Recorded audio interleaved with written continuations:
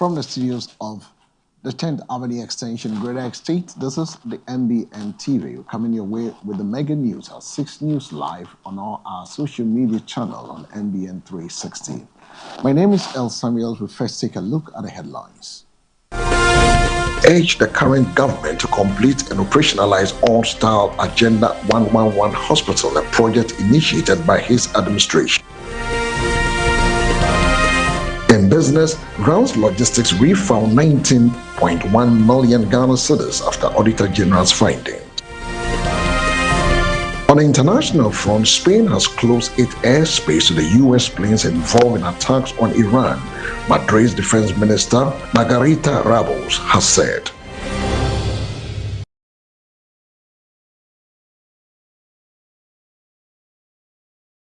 The Director General of the National Disaster Management Organization, Nadmo, Major Retired Dr. Joseph Kuyan, has confirmed that all persons trapped beneath the collapsed building near the Newtown Experimental DNA School have been successfully retrieved. The incident occurred on Sunday, March 29, when the structure collapsed while worshippers had gathered on the premises. The tragedy claimed 3 lives and left about 20 others injured, raising fresh concerns over building safety standards in parts of Accra. According to Dr. Kuyon, search and rescue operations on the site have been officially concluded with no victims left under the debris. He explained that authorities have now transitioned from active rescue efforts to a new phase focused on safe clearance of debris. Dr. Kuyon further disclosed that sniff dogs were deployed during the rescue mission to confirm that no individuals remained trapped beneath the rubble. He also commended the swift and coordinated response of the various agencies, teams involved in the operation. Meanwhile, authorities are expected to launch a full-scale investigation to determine the cause of the collapse.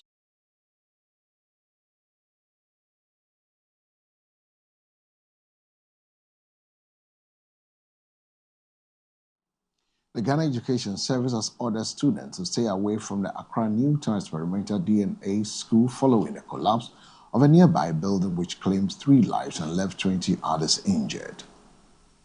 The GA's Director General, Professor Ernest Kofi Davis, who spoke after a security briefing at the school, said the service will hold an emergency meeting to determine the next step. He emphasized that students must not return until the safety of all school structures is fully verified. The incident occurred on Sunday, March 29, 2026, when an uncompleted 4-story building near the school, reportedly used as a makeshift church, collapsed during a worship gathering. The Ghana National Fire Service reported the emergency at 5:01 p.m. with rescue teams arriving within minutes to begin search and recovery operation. A total of 23 people, including 3 minors, were trapped in the debris, of whom 20 were rescued and taken to the hospital for treatment. The 3 confirmed fatalities, comprising 2 females and 1 male, have been handed over to the police for further investigation. The collapse has raised serious concerns about the safety of school infrastructure in the area, prompting urgent assessment to prevent future tragedies. Do immediately is to convene a meeting. We are going to have an emergency meeting with the regional and the national team to work with the State Department to look at the structural integrity of uncompleted pieces that are being used to ascertain whether they are valid that purpose. Once we are sure that they are safe in use, once they are not safe, we make sure students don't use such spaces. So we are going to meet immediately to look at the lessons learned and what it means going forward. Former President Nana Dankwa Akufo-Addo has urged the current government to complete and operationalize All-Style Agenda 111 hospitals, a project initiated by his administration. The initiative aimed to construct 111 hospitals across the country to improve access to healthcare. Speaking over the weekend at the launch of the Achim Government Hospital Centenary celebration organized by the Achim Ebuakwa Traditional State and the Achim Government Hospital, the former president Akufo-Addo indicated the completion of these hospitals would significantly enhance quality of healthcare delivery in the nation. He emphasized that the healthcare should not be politicized. On his part, the overlord of Achim Ebuakwa State, Osajefo Amotia Oforipenin, also reiterated the need for the retooling of the 100-year-old facility. He called on all stakeholders to come together to help improve the quality of healthcare delivery in the area. Agenda 111 was designed to correct this imbalance by constructing district hospitals, regional hospitals for the newly created regions, specialized psychiatric facilities, and the rehabilitation of key health institutions across the country. It is a program that reflects a simple but powerful principle that no Ghanaian, regardless of location, should be denied access to quality health care. We must also be honest. Not every project was realized. Not every project was completed. Some facilities reached advanced stages but could not be finished before our term ended. Agenda 111 must be continued. Continuity, not disruption, is how health systems succeed. What was built must be maintained. What was started must be completed. What was learned must not be lost. That is how progress is ensured.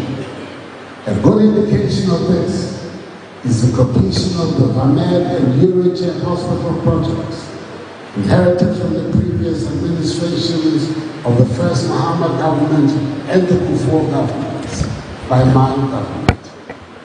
It is noteworthy that recently, one of the most prominent traditional leaders in our country, the Domahiri Oseade Yoajiman II, has had occasion to put this before the President of the Republic himself. The transition document submitted by the outgone MPP government to the incoming NDC government sets out in detail the various stages of completion of the active sites of the Agenda 111 project. The Majority Leader in Parliament, Mama Ayariga, has called for a full investigation and subsequent prosecution of engineers responsible for the collapsed building at Accra Newtown Experimental DNA School. According to the Majority Leader, the collapse of an uncompleted building suggested that engineers failed to exercise due diligence in ensuring its structural integrity. Speaking to MBN News at the site of the disaster, Majority Leader Mama Ayariga expressed his condolences to the affected families and stated that the project supervision in the country has been poor, hence the need for those responsible to be held to account. The incident occurred on Sunday, March 29th, when an old school building near the Experimental Junior High School at the Accra Newtown reportedly converted into a makeshift place of worship caved in, killing 3 people and leaving several others injured. The Ghana National Fire Service said it received the distress call at 5:01 p.m. with the first and second rescue teams from the National Health Quarters arriving at 5:17 p.m. and 5:19 p.m. respectively to begin search and rescue operation. Initial report indicates that 23 people, including 15 females, 8 males, and 3 minors, were trapped beneath the rubble. Through coordinated effort by the GNFS and other emergency agencies and a local resident, 20 victims were rescued and transported to health facilities for treatment. Tragically, 3 people, 2 females and 1 male lost their lives. Their remains have been handed over to the police for preservation and further investigation. Reaching the member of parliament, but I even called you. You sent me his number. So by the time I reached him, it was very, very late. He said his phone had gone off because he was here coordinating. So that's how I couldn't. So it was when he finished and went home that he then sent me a message. So this morning, in the IGP. So this morning we decided as parliamentary caucus to come in and see for ourselves what the situation is. And most of our colleagues have left for their various constituencies because we're on recess. But those of us who are able to make it are those that you see here. First and foremost, our condolences go to the families of the deceased. And for those who are injured, we wish them a speedy recovery. We will go to the hospitals to check on them and see what assistance can be extended to them. And we'll link up with the Member of Parliament to find out what the arrangements will be for those who have deceased. Again, I mean, we will link up with the church to find out the situation. A lot of people definitely will be traumatized, and they need our support and assistance as a state at this critical juncture. We've just got hint that it is likely that other structures standing here are also not in the best of condition. And so we will quickly get AESL to come and then look at them so that we will be in a position to take decision whether those structures should be demolished. Once the equipment are here that can assist with the demolition, we'll just do it at once. And then, of course, as parliamentarians, we will go and lobby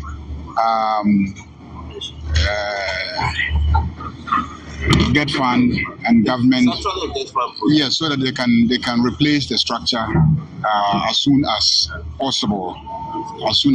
But again, it calls into question the way that we supervise projects and construction in this country. And time and again, it is when structures collapse and we lose lives, then we talk about it, and then we hardly do anything about it. I think that the engineers who supervise these structures come to it was an uncompleted project, an uncompleted project, 4-story uncompleted project. So clearly, those who supervise such projects must be held to account. The Motor and Transport Traffic Directorate, MTTD, and the National Road Safety Authority, NRSA, have issued a stern warning to motorists along the Accra-Aflao Highway, urging strict adherence to speed limits as Easter festives approach. The warning came during a sensitization exercise for drivers along the busy routes, part of a nationwide program designed to increase road safety education, enforce traffic laws, and reduce accidents and casualties. Speaking at the exercise, Cynthia Tiredu, head of corporate affairs at the NRSA, stressed the importance of defensive driving. The authority said the initiative seeks to curb the rising trend of road crashes and fatalities, particularly during holiday periods when traffic volumes surge. We are talking about speed, we are talking about hazards. We are urging all drivers to be defensive. For you to get to your destination safely, you have to be cautious, you have to be defensive. For you to be able to withstand all hazards, you have to reduce your speed. So we are pleading with all of you. My brother warned you. I'm adding my voice to it. The National Road Safety is saying that for this Easter period and beyond, you have to be a safe driver, a defensive driver. You have to comply with all the road traffic regulations because there are penalties. At the end of the day, you better move it to and I'll bet them. And from the safety on the roads, we go for a break. When we come back, we'll go to the business desk.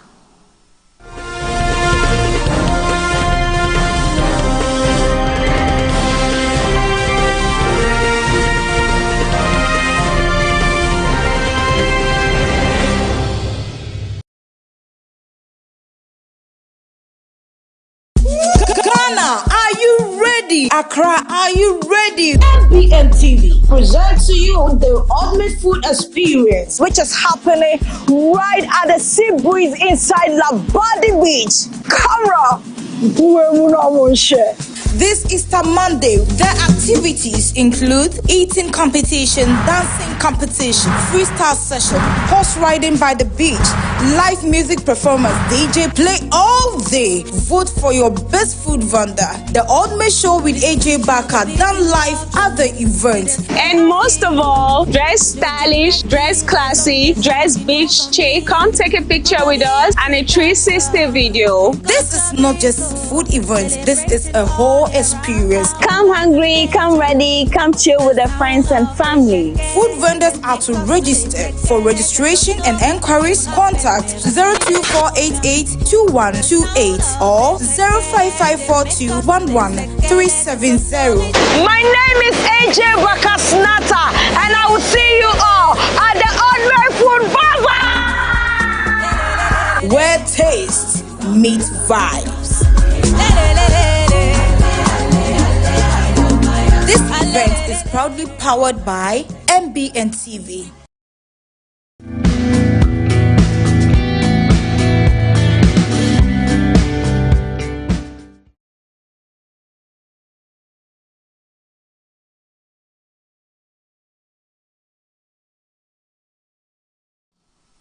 Welcome back from the quick break. You're still live on MBN TV. We're bringing you the mega news at 6.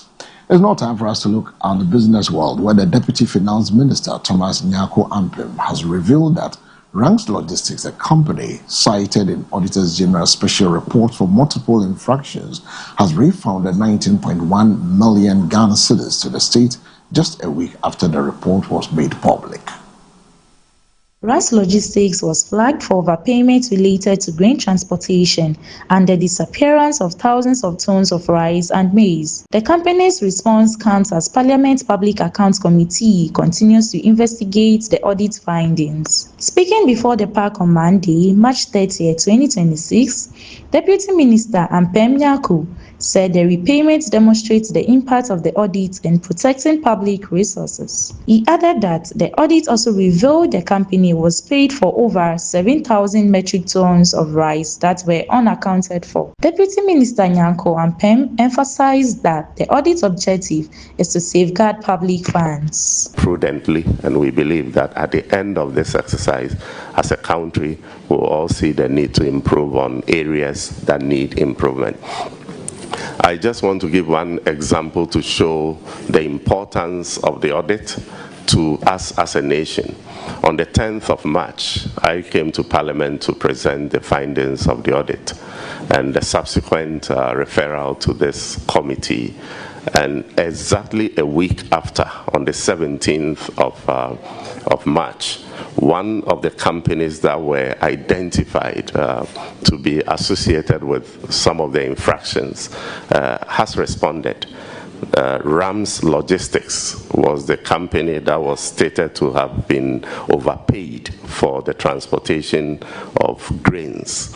Exactly a week after the presentation, the company has gone ahead to refund 19.1 million cedis to the state. And if you look at the audit revelations, it is not just the 19.1 million cedis that was cited. It was also stated that the company was paid with rice in excess of 7 tons.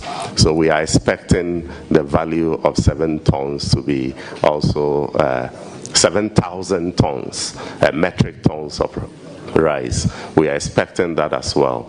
The Attorney General is working with his team to recommend the right course of action for all these infractions that have been identified.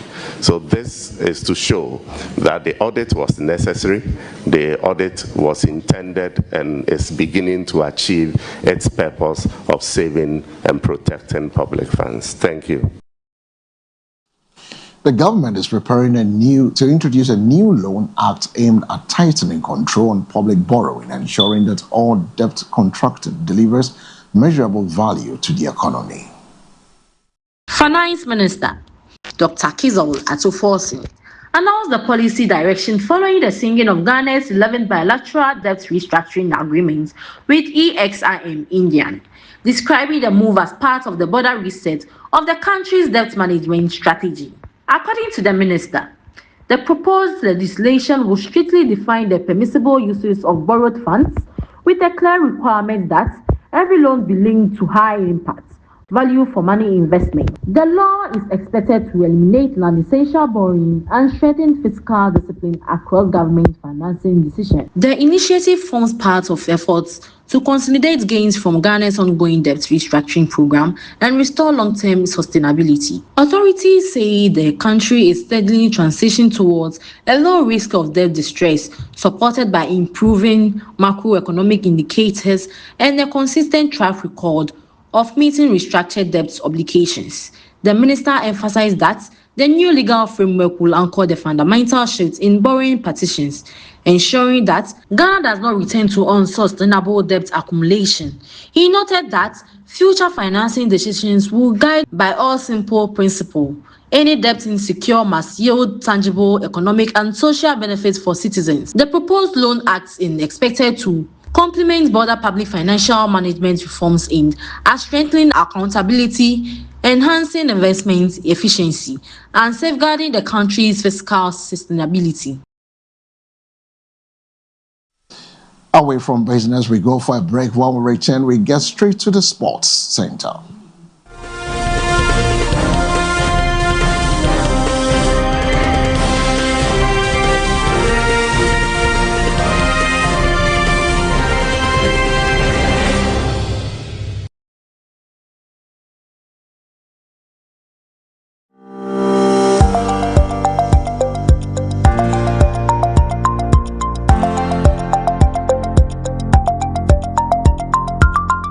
Every day on Ghana's roads, thousands of riders take to the streets to earn a living.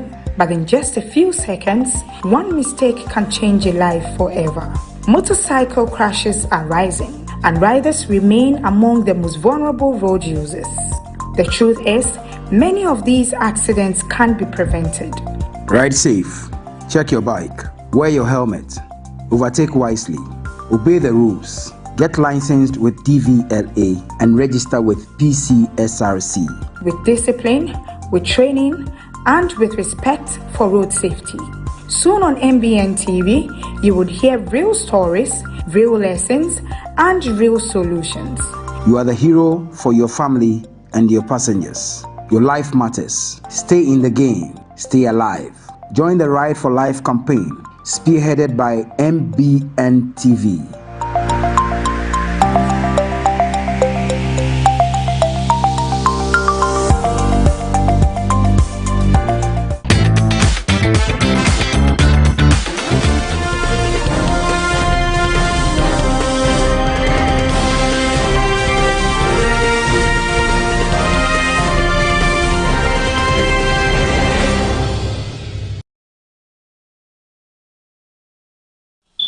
Welcome back from the quick break. You're still live from the 10th Avenue Extension Grid Estate. This is the MBN Mega News at 6. On the sports arena, Ghana's national cricket team has secured qualification to the ICC Men's T20 World Cup African Sub-Regional Qualifier B following an impressive run at the Six Nation T20 tournament held in Accra. The tournament, staged at Achimota Senior Secondary School A and B fields, brought together 6 countries: Ghana, Tanzania, Malawi, Eswatini, Seychelles, and St. Helena, as part of preparations for the qualifiers. Ghana made full use of home advantage, delivering a consistent campaign with 4 wins from 5 matches to finish as runners-up and book their place to the next stage of the qualification pathway. The hosts opened their campaign with a commanding 6-wicket win over Seychelles, chasing down 72 in just 10.1 overs. They followed it up with a hard-fought 2-wicket victory against Malawi, successfully chasing 99 in a tense contest. Ghana maintained their momentum with a dominant 9-wicket win over St. Helena, reaching 78-1 in just 6.4 overs after restricting their opponent to 77. Their final victory came in emphatic fashion against Eswatini, where they posted 1785 before bowling out their opponents for 95 to complete an 83-run win. Despite narrowly missing out on the top spot, Ghana's overall performance was enough to confirm their qualification to the ICC Men's T20 World Cup African Sub-Regional Qualifier B. The competition concluded concluded with a closing ceremony that celebrated both performance and participation, with players and officials from all 6 nations gathering to mark the end of a successful tournament. As host, Ghana earned praise for organizing the competition, further highlighting the country's growing presence in African cricket. With qualifications secured, Ghana will now shift focus to the sub-regional qualifier B, where they will face tougher opposition as they continue their push towards a place at the ICC Men's T20 World Cup. Now we're away from the cricket story. Ghana qualifier. Congratulations to the cricket team. We move to the football arena, where today, Monday, President Otto Addo and his Black Stars side with an opportunity to win back the trust of Ghanaians following their heavy loss to Austria. Ghana suffered a 5-1 defeat to Austria last Friday in their first friendly of the March international break in Vienna, raising lots of questions about the team's preparedness for the 2026 World Cup. While the scoreline was dummy, it was the performance on the day that was even worse, as Ghanaians slammed the attitude of the players in the loss. The 5-1 defeat was also Ghana's heaviest loss since 2007, but the game against Germany gives the players and the technical team a new chance to correct their shortcomings in Vienna. This will be the first meeting between Ghana and Germany since the group stage clash at the 2014 World Cup in Brazil. In all, there have been 3 games between the Black Stars and Germany, with the latter claiming 2 wins while one had ended in a draw. A lot has been said going into Monday's fixture from the point of the 2 coaches. For Otto Addo, whose pressure continues to grow, he looks forward to his side improving from their last outing. A lot has been said going into Monday's fixture from the point of the 2 coaches.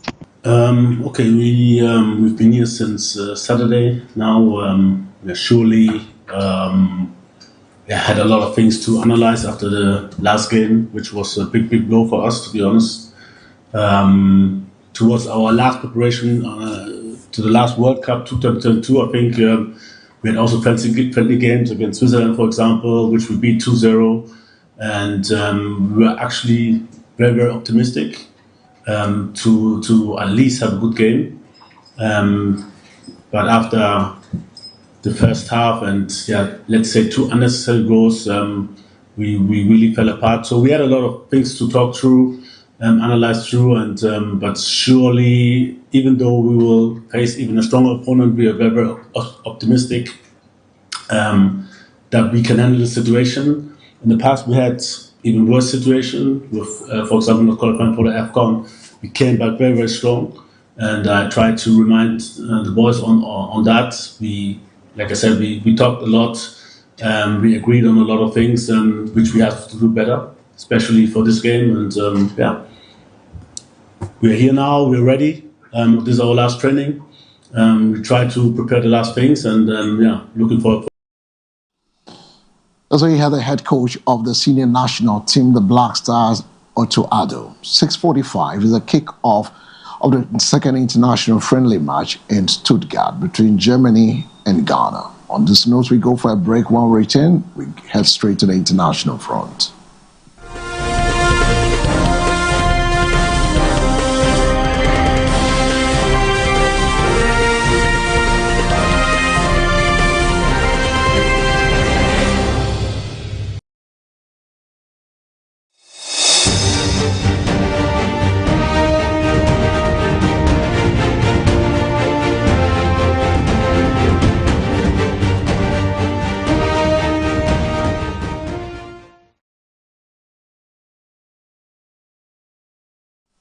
Welcome back. On the international front, Spain has closed its airspace to the U.S. planes involved in attack on Iran, Madrid Defense Minister Margarita Rebels has said. Jose Manuel Alvarez stated that the aim of the decision was not to do anything that could encourage escalation in this war. A White House official told the BBC that the U.S. military was meeting or surpassing all of its goals under Operation Epic Fury and does not need help from Spain or anyone else. The U.S. President Donald Trump has previously threatened to impose a full trade embargo on Spain over its opposition to the Iran war. Since the start of the war in late February, Spanish Prime Minister Pedro Sanchez has been one of the most vocal opponents of the U.S. and Israel attack on Iran, describing them as reckless and illegal. Earlier in March, Sanchez said Spain has denied the U.S. use of two jointly run military bases at Rota and Morul, both in Andalusia. Last Wednesday, he also announced that all flight plans that involve actions related to the operation in Iran were rejected, every single one of them, including those of refueling aircraft. Some U.S. bombers involved in operation in Iran are stationed at the RF Fairford base in the UK after Prime Minister Keir Starmer announced on the 1st March that the UK has agreed to the request from the U.S. Planes taken off from this will be forced to bypass much of the Albania Peninsula, either by flying over the eastern Atlantic or France. Spain newspaper El País reported that aircraft would only be able to transit through Spain's airspace or land at the bases in cases of emergency. And from Spain, that brings us to the end of this evening news. 6 live and direct from our studios on the 10th Avenue Extension, Greater Estate. And we also live on our social media handles on MBN 360. But before we take leave of you, let's take a second look at the stories making headlines. Urge the current government to complete and operationalize All-Style Agenda 111 Hospital, a project initiated by his administration. In business, Grounds Logistics refound 19.1 million Ghana cedis after Auditor General's finding. On the international front, Spain has closed its airspace to the U.S. planes involved in attacks on Iran, Madrid's Defense Minister Margarita Ramos has said.